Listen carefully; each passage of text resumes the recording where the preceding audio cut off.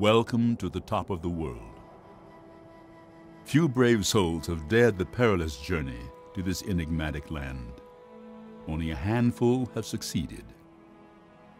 But one epic adventure left behind a legacy that lay frozen in the Arctic tundra for nearly a century, until now.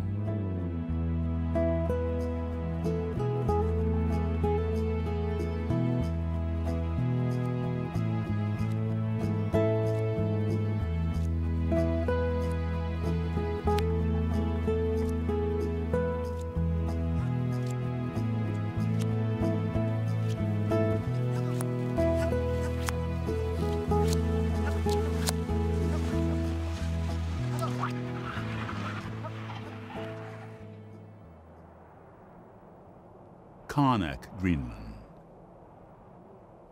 one of the northernmost inhabited settlements on Earth.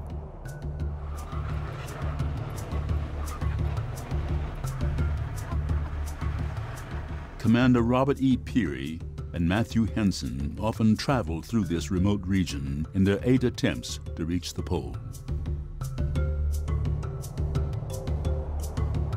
The unforgiving terrain and brutal conditions that foiled many of their early efforts still exist today.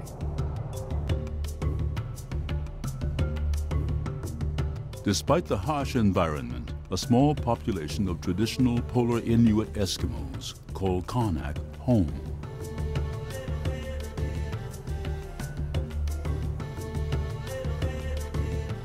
Many of these Inuit still subsist off the land, hunting for food, making their own clothing,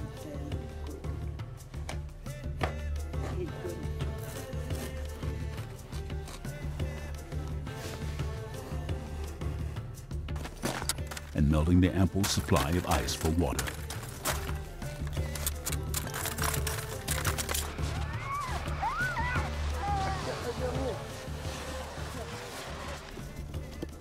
They also find time to enjoy themselves.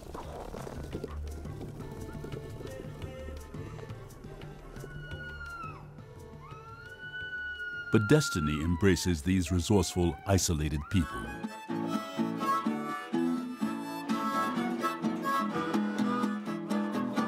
On the centennial of the discovery of the North Pole, the villagers gather to honor the courageous men who reached that elusive prize. But this celebration is not just to acknowledge the historic achievement of the explorers. It is to honor family.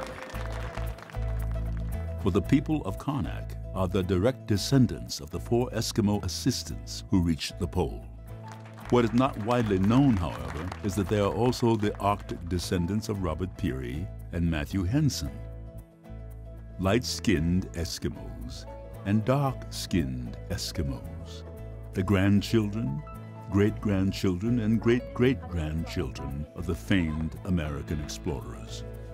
Although their intriguing heritage eluded historians for years, one Harvard professor persisted in uncovering the truth. In 1909, Commander Robert E. Peary returned home from his Arctic triumph a hero. Newspapers throughout the world proclaimed his stunning achievement. The Navy promoted him to Rear Admiral. He authored a book entitled The North Pole. This was a man of intelligence, strength, and perseverance who was rewarded with a life of wealth, luxury, and fame. Matthew Henson also returned home a hero, but only to the African American community. Though Henson was every bit Peary's equal on the Arctic ice, the America of the early 1900s was not yet ready to bestow such accolades on a black man. The Navy refused to give him work or status because of his skin color. Though Peary acknowledged his contributions in the foreword to Henson's own book, Peary essentially distanced himself from his once faithful partner in exploration. This was a man of intelligence, courage, and loyalty, who was relegated to a life of poverty, strain, and obscurity.